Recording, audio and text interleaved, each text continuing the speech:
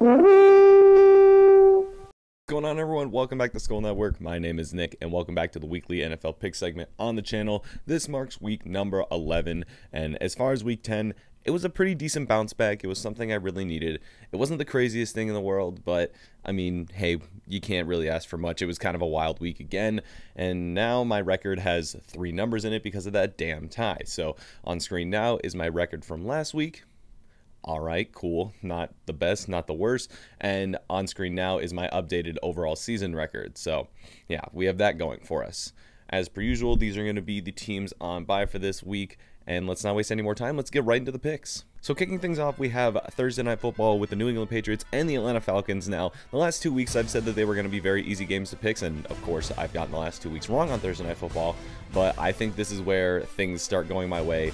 Atlanta obviously got absolutely smashed by Dallas with no problem at all, and New England is showing why they're one of the best teams in the AFC still. Mac Jones played incredibly well last week, and I don't see any reason why his good play shouldn't slow down. Ramondre Stevenson, you know, was a rookie backup this year and is absolutely balling out when he's given the chance. Atlanta, they're just all over the place. Now without Cordarrelle Patterson, I think things get maybe even worse this week. Give me the New England Patriots. Moving on to Sunday, we have Indianapolis and the Buffalo Bills. Now, this is one of those games where, yeah, these are two of the better teams in the AFC, and Buffalo has struggled recently, but they definitely came back really strong last week and showed why they are still one of the top teams in the AFC. But Indianapolis has still been playing above what I think a lot of people thought this season going into this season. Jonathan Taylor still balling out. Michael Pittman still balling out. It's a lot of great pieces on that team, and I think they can make this game really close. But I'm going to go with the chalk on this one. I do think that Buffalo will kind of get back to their old ways, especially after how they played last week. Up next is the Baltimore Ravens and the Chicago Bears. Now, the Bears are coming off of a bye week, so everyone should have some fresh legs. And Baltimore's coming off, let's face it, a very embarrassing loss to the Dolphins on Thursday Night Football last week. But since they played on Thursday, they're going to be pretty well rested. They have a few extra days off. I think that this is a game where they bounce back. Obviously, Chicago has not been playing very well at all. Now, of course, any upset can happen. I hate this any given Sunday thing because it's been kicking my ass lately, but I do think that Baltimore gets back on track and gets back to their winning ways because they need to make a run for the playoffs and that #1 seed that Tennessee currently holds. So I think the Ravens have a little motivation there. I think they get the job done here. Up next is Detroit and Cleveland. We all know the story with Detroit. They also have 3 numbers in their record now, so I'm kind of just like Detroit, which I really don't want to be the case. And Cleveland, man, they were the definition of struggling last week against New England. And Baker Mayfield just doesn't look sharp right now. He just doesn't look like an NFL quarterback. But come on, this is still the Lions. I still have no faith in them. They couldn't beat Mason Rudolph. They were given like 3 tries towards the end of the game. I just don't see it happening yet. As reluctantly as I am saying this, I think that the Browns will be relatively fine against the Lions. Up next, we have a battle of the AFC South teams. We have the Houston Texans and the Tennessee Titans. Now, of course, as we are all aware, the Houston Texans, they are coming off of a bye week, if I remember correctly. And yeah, they're still struggling. They got Tyrod Taylor back, and they still really weren't able to do anything 2 weeks ago. Whereas the Titans, they're the #1 seed in the AFC.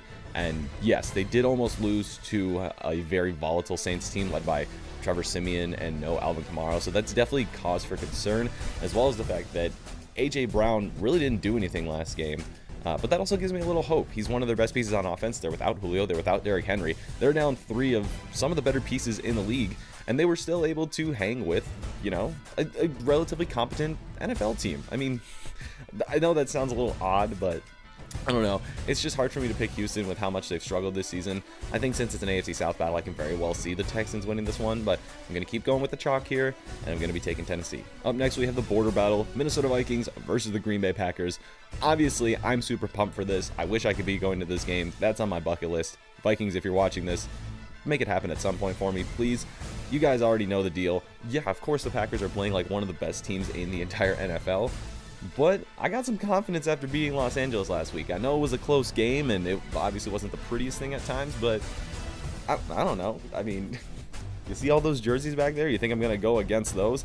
Hell no, especially not Green Bay week. Give me the Vikings. Up next, we have the Dolphins and the New York Jets. Now, Mike White, unfortunately to a lot of people, really didn't show up very well last week. 4 interceptions, whereas the Dolphins played a really impressive game against a good Baltimore team. It was obviously very shocking, and I think this one is probably going to go down to the wire. Now, obviously, Mike White is going to be playing, so you don't know if you're going to be getting the first career start Mike White or if you're going to be getting last week's, and that's kind of the issue here. But ultimately, I do just think the Dolphins are a little bit more of a complete team. They do have just better pieces overall, and they're coming off of a big win. I think they ride this into, you know, maybe a 2-game win streak here. And honestly, I'm just kind of scared of Mike White after last week. He's doing things that Zach Wilson did, and the Jets were never good with Zach Wilson. So if he starts playing like Zach Wilson, then there's no reason that I should be picking the Jets in what I think could be a close one, because these teams are both honestly just not very good. Give me the Dolphins. Up next, we have a battle of the two most volatile teams in the league, New Orleans Saints and the Philadelphia Eagles. The Eagles, they shocked me last week. I mean, they went into Mile High Stadium and took down a Denver team that honestly was on a high from beating Dallas 2 weeks ago. As far as the Saints, you almost got it done, but you couldn't quite do it. And like I said at the beginning of this, both of these teams are just so volatile. You don't know what you're going to get. So honestly, I don't really have a reason for the pick I'm about to make, just because these teams give you something different every single week. But I honestly am still a little worried with Alvin Kamara being out and Trevor Siemian still being the quarterback over there. And I know that wasn't really a hindrance against Tennessee much, but I don't know. I still just don't like it. Give me the Eagles here. Up next is the Washington football team and the Carolina Panthers. Now, it is speculation right now, or at least there's reports going around that Cam Newton is in the running to be the starting quarterback next week, which would obviously make for a crazy storyline, obviously coming back after being gone for, what, year and a half, 2 years. But Washington also just went and beat the reigning Super Bowl champions, and they're riding a hot streak. But I do think that if Cam Newton plays, mixed with DJ Moore, mixed with Christian McCaffrey, he knows how to use those weapons. He's done it before, so I think if Cam Newton plays, I think Carolina's going to take this one. Up next, we have the 49ers and the Jacksonville Jaguars. Now, Jacksonville just continues to find ways to lose games, and the 49ers went in and basically shocked the entire football world, beating the Rams on Monday Night Football. Now, do I think they're going to play quite that well against Jacksonville?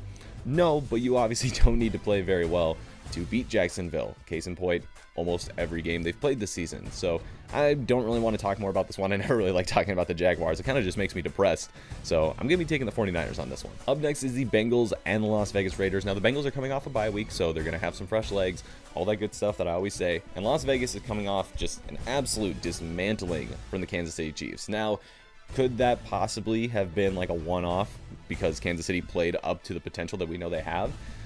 I think so, but again, this Raiders team has shown flashes of great and flashes of awful, and the same thing is gone with this Cincinnati team.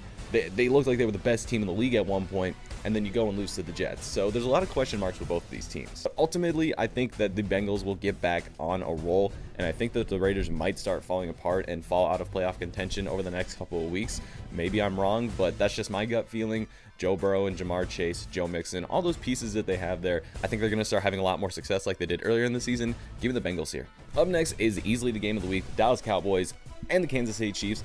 Both of these teams coming off just absolutely massive wins, and I think a lot of people are pushing towards Dallas here just because they've been more consistent over the course of the season, and I totally understand that, but I don't know if I really want to go with Dallas. I think that Kansas City is back. And I know it's one game. It's a small sample size you can have. And it's like, it's not a good thing to go off of. But honestly, I've been picking the chalk here for a good chunk of this video.